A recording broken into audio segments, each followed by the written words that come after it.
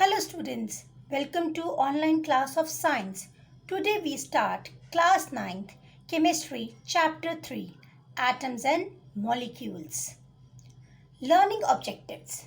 Student will be able to explain law of chemical combination, able to describe atoms, atomic mass, symbol of elements. Student will able to understand molecule and ions.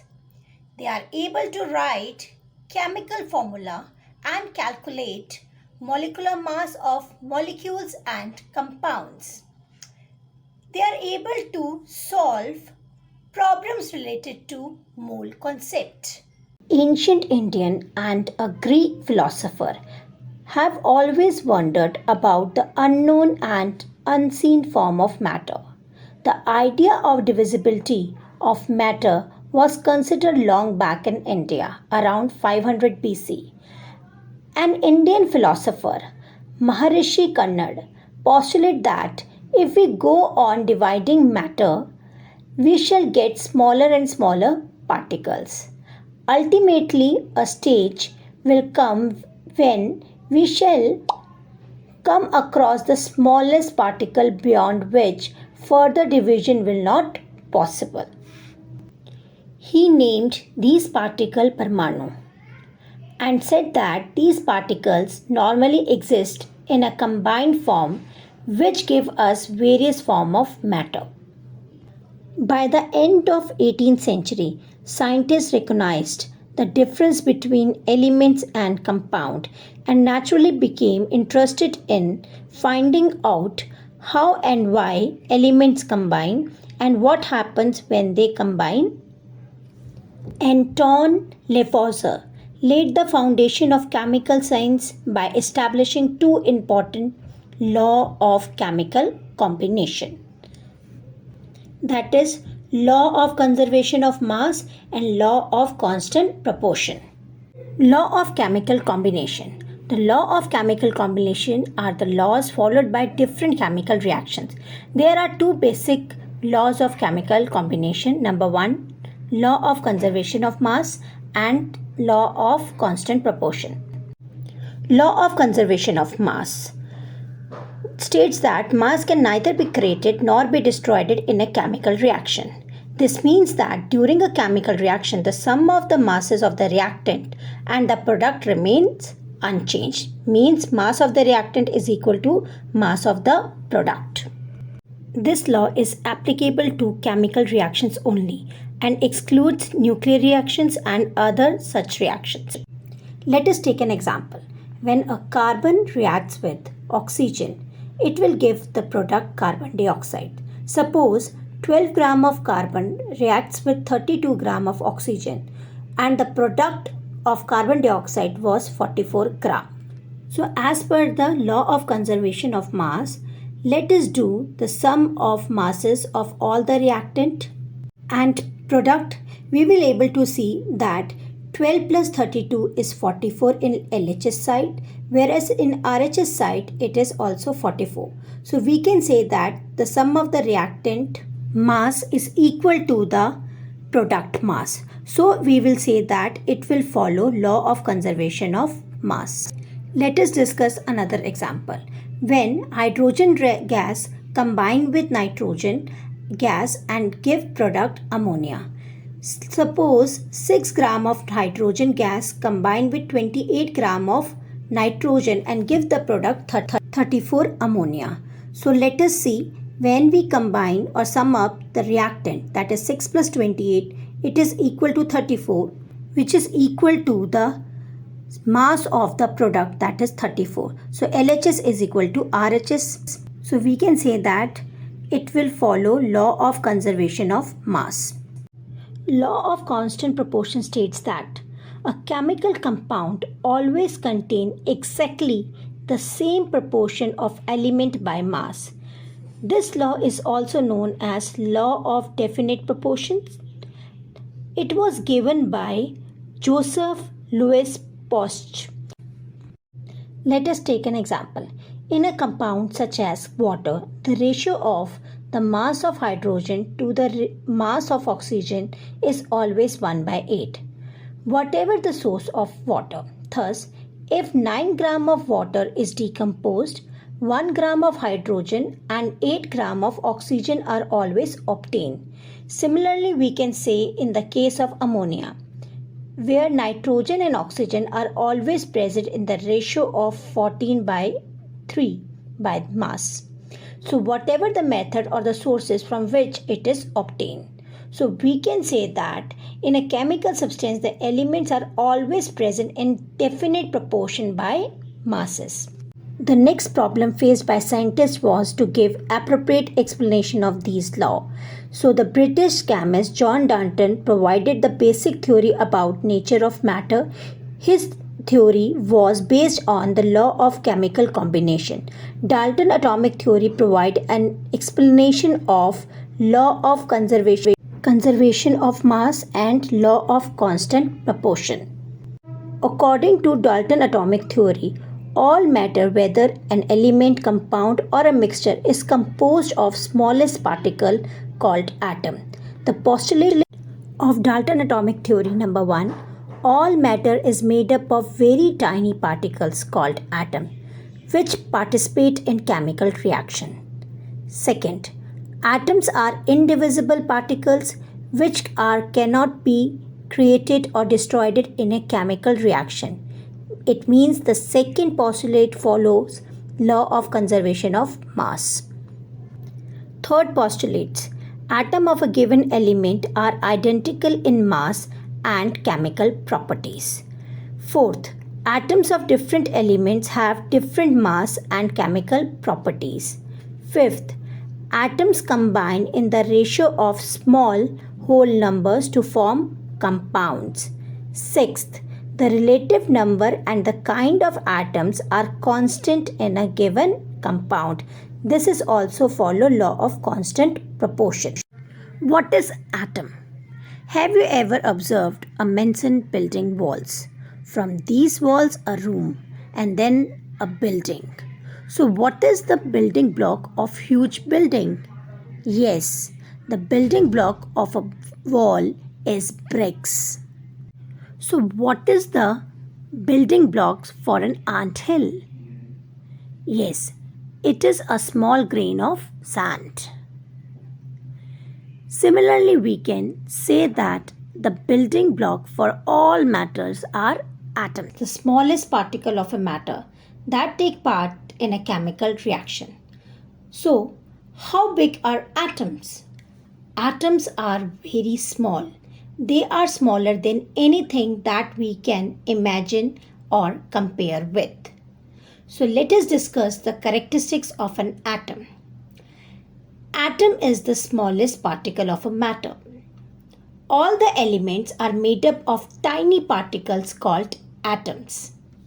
Atoms are very small and cannot be seen through naked eyes. Atoms generally do not exist in the free state in nature. Atom is the chemically and material unit that take part in a chemical reaction. The properties of a matter depend upon the characteristics of atoms. So Dalton considered atom as a indivisible particle. Dalton was the first scientist to use the symbol for elements in a specific sense. When he used a symbol for an element, he also meant a definite quality of that element, that is, one atom of that element. This figure shows the symbol for some elements proposed by the Dalton. What are the modern days symbol of an atom of different elements? In the beginning, the name of the elements were derived from the name of the place where they were found for the first time.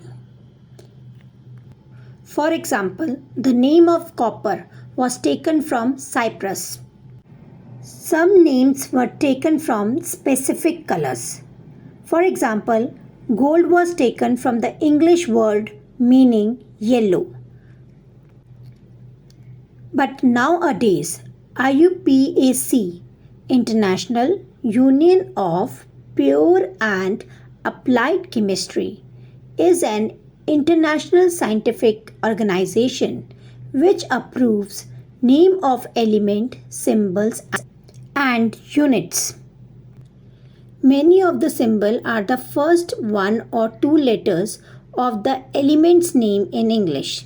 The first letter of the symbol is always written as a capital letter, that is uppercase, and the second letter as a small letter, that is lowercase. For example, hydrogen, the symbol is capital H. Aluminium, symbol is capital A small l, and cobalt, capital C small o. Symbols of some elements are formed from the first letter of the name and a letter appearing later in the name. For example, chlorine, capital C small l. Zinc, capital Z small n. Other symbol has been taken from the name of the element in Latin, German or Greek. For example, the symbol of sodium is capital N and small a from natrium. Therefore, each element has a name and unique chemical symbol. This table indicates some symbol for the elements like aluminium, capital A small l, argon, capital A small r, bromine, capital B small r, carbon, capital C, iron, Fe, lead, Pb, magnesium, Mg, copper, Cu, nitrogen, capital N, oxygen, capital O, silver, Ag, sodium, Na, zinc, Zn, and many more. A molecule is a group of two or more atoms that are chemically bonded together. Monoatomic. When a molecule is formed by a single atom only, it is called monoatomic molecule. Generally, noble gases form monoatomic molecule. For example, helium, neon. Second is diatomic. When a molecule is formed by combination of two atoms, it is called diatomic molecule. For example, hydrogen, H2, oxygen, O2, nitrogen, N2, chlorine, Cl2. They all are diatomic molecule. Third, triatomic. When a molecule is formed by combination of three atoms, it is called triatomic molecule. For example, ozone, O3. Similarly, we can say that tetraatomic when a molecule is formed by the combination of four atoms. It is called tetraatomic molecule. For example, phosphorus molecule, that is P4. When molecule is formed by combination of more than two atoms, it is called polyatomic molecules. For example, sulfur molecule S8 is a polyatomic molecule. Atomicity. Atomicity is defined as the number of atoms present in the molecule of an element. Thus, we can say that all metals are monoatomic. That means atomicity is equal to 1. So, sodium and potassium are monoatomic molecule. Gases are generally diatomic because they are formed by the combination of two atoms. For example, oxygen O2, nitrogen N2, chlorine Cl2. So they all having the atomicity is equal to 2. Atomicity can vary with the number of atoms present in a molecule. For example, oxygen gas O2 is diatomic or ozone O3 is triatomic. Molecule of compound. When atoms of different elements join together in a definite proportion to form molecule of a compound. For example, water, H2O. The combining elements are hydrogen and oxygen, and they always combine by the ratio of their mass 1:2. Similarly, we can take the case of ammonia, NH3, in which the combining elements are nitrogen and hydrogen, and the ratio by their mass is 14:3. Another case is carbon dioxide. The combining elements are carbon and oxygen, and their ratio by mass is 3:8. Ions and the charges. Compound containing metal and nonmetal elements contain charged particles called ions. An ion is a charged particle having positive or negative charge.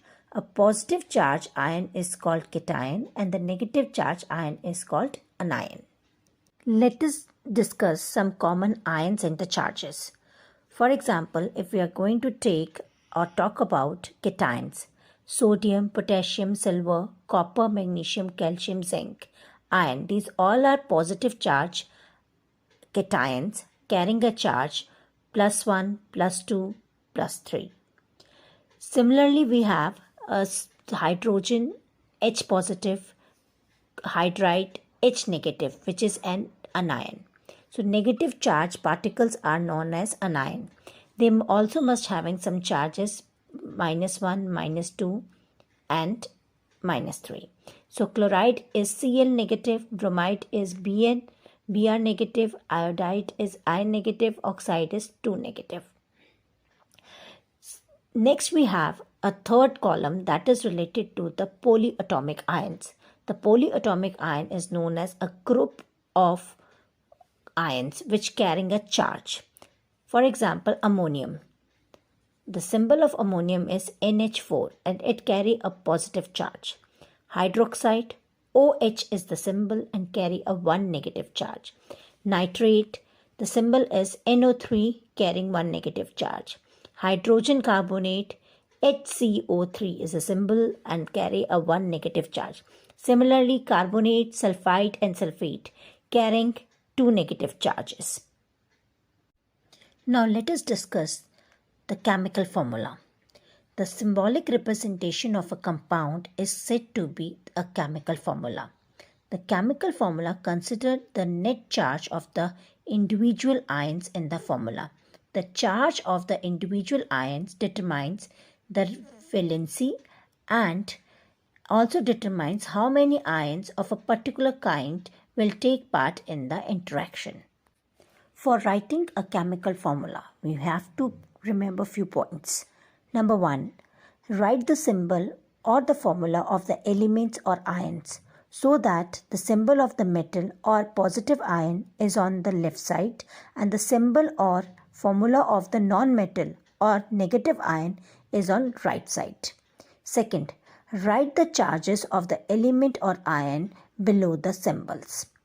Third, cross the charges of the combining ions. Fourth, polyatomic ion should be enclosed in a bracket before writing the formula. So let us discuss the few cases of writing chemical formula. So let us make the chemical formula of sodium chloride. As per the rule, first of all we will write the symbol. The symbol of sodium is Na and chloride is Cl. Then the charge on the sodium is +1 and the chlorine is -1. By doing the cross multiplication of the charges, we will get the chemical formula NaCl, that is your sodium chloride. Similarly, we are going to discuss the another case, sodium hydroxide. Again, we are writing first number symbol, that is Na and OH. OH is known as, or the hydroxide is known as polyatomic ion. Then the charges, the charge on the sodium is +1 and the hydroxide is -1. By doing the cross multiplication, we will get NaOH. Now let us discuss one more case, that is magnesium chloride. First of all, we will write the symbol. For magnesium, it's Mg and chloride, it's Cl. The charge on magnesium is +2 and the charge of chlorine is -1. Now we have both the charges are of different, +2 and -1. When we do the cross multiplication, we will get MgCl2, means Mg is multiplied by 1 and Cl is multiplied by 2, and we will get the formula MgCl2, that is magnesium chloride. Now similarly we can have another example, that is aluminium hydroxide. The symbol of aluminium is Al and hydroxide is OH. The charge on aluminium it's +3 and on hydroxide it's -1. So we will do the third step, the cross between the charges. So we will get aluminium Al OH3. So here we will include OH as a polyatomic ion into the bracket. So we will have the final formula, that is Al bracket start OH bracket close N3 aluminium hydroxide. Atomic mass. Mass of an atom is called atomic mass. Mass of an atom is very small. For example, the actual mass of one atom of hydrogen is equal to 1.673 into 10 raised to power minus 24 grams. Thus, the convenience relative atomic mass is used. In earlier time, oxygen relative atomic mass is 16, was used as a standard to calculate atomic masses. This was due to the reasons. Number 1, it formed oxide with maximum element which were used to calculate the atomic mass of the element. Second, the relative mass of maximum other element was obtained in whole number. Later, oxygen was replaced by carbon as standard for relative atomic mass.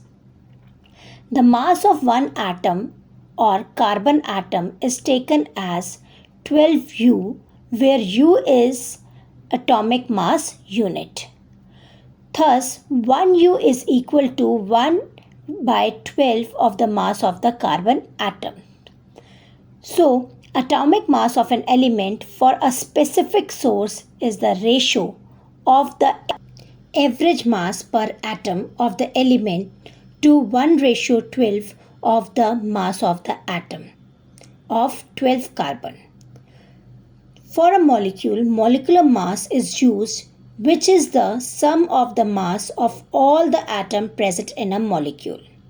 For ionic compound, relative molecular mass is calculated on the basis of chemical formula. Let us see in this table the atomic masses of few elements. Hydrogen atomic mass is 1, carbon atomic mass is 12, nitrogen atomic mass is 14, oxygen atomic mass is 16, sodium atomic mass is 23, chlorine atomic mass is 35.5. Molecular mass. Molecular mass can be defined as the sum of atomic mass of all atoms present in a molecule.